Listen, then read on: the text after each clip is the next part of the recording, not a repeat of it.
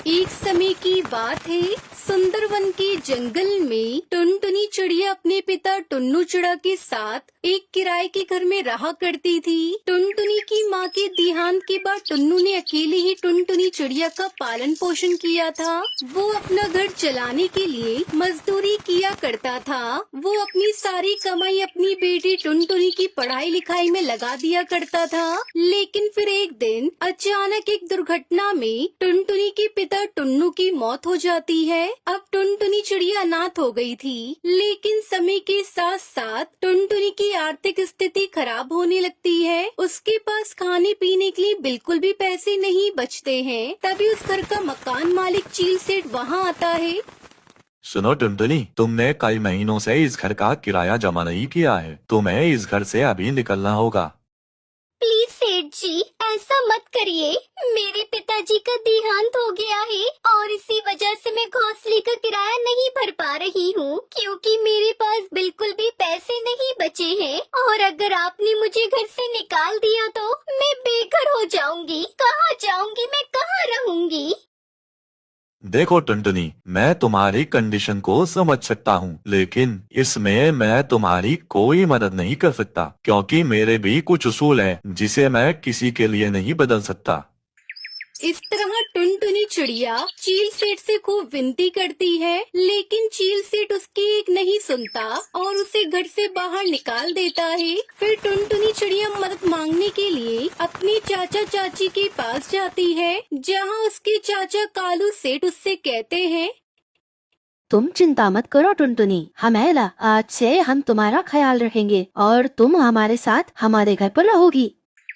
टुनटुनी के चाचा कालू सेठ दिल के बहुत अच्छे पक्षी थे, इसलिए वो टुनटुनी को अपने घर में रखने के लिए तैयार हो जाते हैं। लेकिन वही टुनटुनी की चाची बहुत ही घमंडी और दुष्ट किस्म की पक्षी थी और वो टुनटुनी को बिल्कुल भी पसंद नहीं करती थी।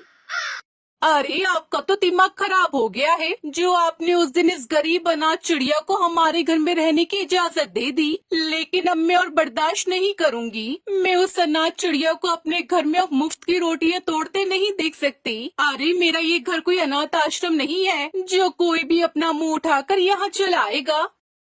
अरे ये तुम कैसे बातें कर रही हो? टुनटुनी मेरे बड़े भाई की बेटी है और उनके जाने के बाद इस दुनिया में हमारे सिवा उसका है ही कौन? तो अगर ऐसे समय में हम उसका साथ नहीं देंगे तो बेचारी अकेले कहाँ जाएगी? अरे भाड़ में जाए वो, मुझे इससे क्या। लेकिन तुम मेरी बात को ध्यान से सुन लो। अगर तुमने उसे अभी इस घर से नहीं निकाला ना, तो मैं हमेशा के लिए अपने मायके चली जाऊंगी, फिर रहना के लिए अपनी उस टुनटुनी के साथ। इधर टुनटुनी कमरे के बाहर खड़ी अपनी चाची की सारी बातें सुन लेती है और उनके दिल में अपने प्रति इतनी नफरत देखकर उसको बहुत बुरा लगता है और वो उन लोगों को बिना बताए उनका घर छोड़कर चली जाती है। इस तरह टुनटुनी के पास जीने के लिए कोई सहारा नहीं बचता है। वो पूरी तरह से लाचार हो जाती है। हे भगवान, अब मैं क्या करूँ, कहाँ जाऊँ? मेरा तो इस दुनिया में अब कोई भी नहीं है। इस तरह उस दिन के बाद से टुनटुनी चिड़िया जंगल में ही अपने दिन गुजारने लगती है और कई दिनों से भूखे पेट रहने की वजह से टुनटुनी के पेट में बहुत तेज दर्द होने लगता है और उससे अब और भूख बर्दाश्त नहीं हो रही होती है, जिसकी वजह से वो पक्षियों से भीख मांगकर अपना पेट भरना शुरू कर देती है। ऐसे ही एक दिन एक ढाबे के बाहर कुछ पक्षी बैठकर खाना खा रहे होते हैं। उन्हें देखकर टुनटुनी की भूख और बढ़ जाती है, जिसके बाद वो उनके पास जाकर कहती है, सुनो भैया, मुझे बहुत तेज भूख लगी है, प्लीज मुझे कुछ खाने के लिए दे दो। टुनटुनी की ऐसी हालत देखकर उसकी मदद करने के बजाय वो पक्षी उल्टा टुनटुनी का मजाक उड़ाने लगते हैं और उसे बहुत परेशान करते हैं, जिससे टुनटुनी चिड़िया का दिल पूरी तरह से टूट जाता है और उसकी आंखों में आंसू आ जाते हैं। अब बस बहुत हो गया, मैं और ये सब बर्दाश्त नहीं कर सकती। मुझे ऐसी मतलबी दुनिया में नहीं जीना, जहाँ हर कोई दूसरे की तकलीफ का सिर्फ मजाक उड़ाता हो। इसलिए पिताजी, अब मैं भी आपके पास आ रही हूँ। अब मैं यहाँ नहीं जी सकती हूँ।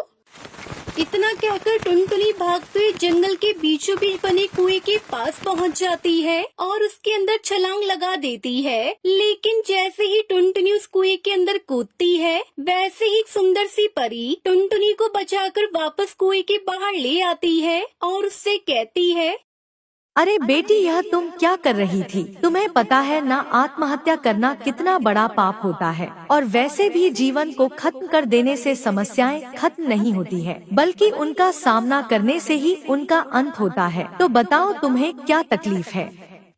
फिर टुनटुनी चिड़िया अपनी सारी परेशानी उस परी को बता देती है।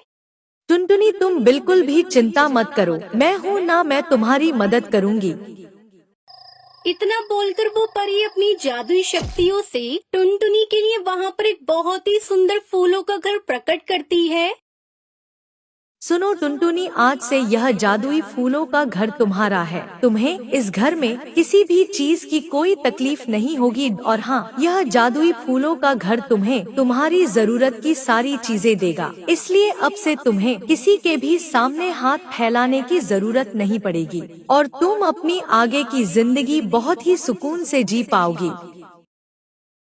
आपका बहुत बहुत शुक्रिया परी जी। आज आपने मुझे जादुई फूलों का घर नहीं बल्कि मुझे जीने का सहारा दे दिया। मैं आपका यह एहसान कभी नहीं भूलूंगी। इस तरह टुनटुनी चिड़िया उस जादुई फूल के घर में बड़े ही आराम से रहने लगती है और अब उसकी जिंदगी में किसी भी तरह की कोई तकलीफ नहीं होती और वो अपनी आगे की जिंदगी खुशी खुशी व्यतीत करने लगती है।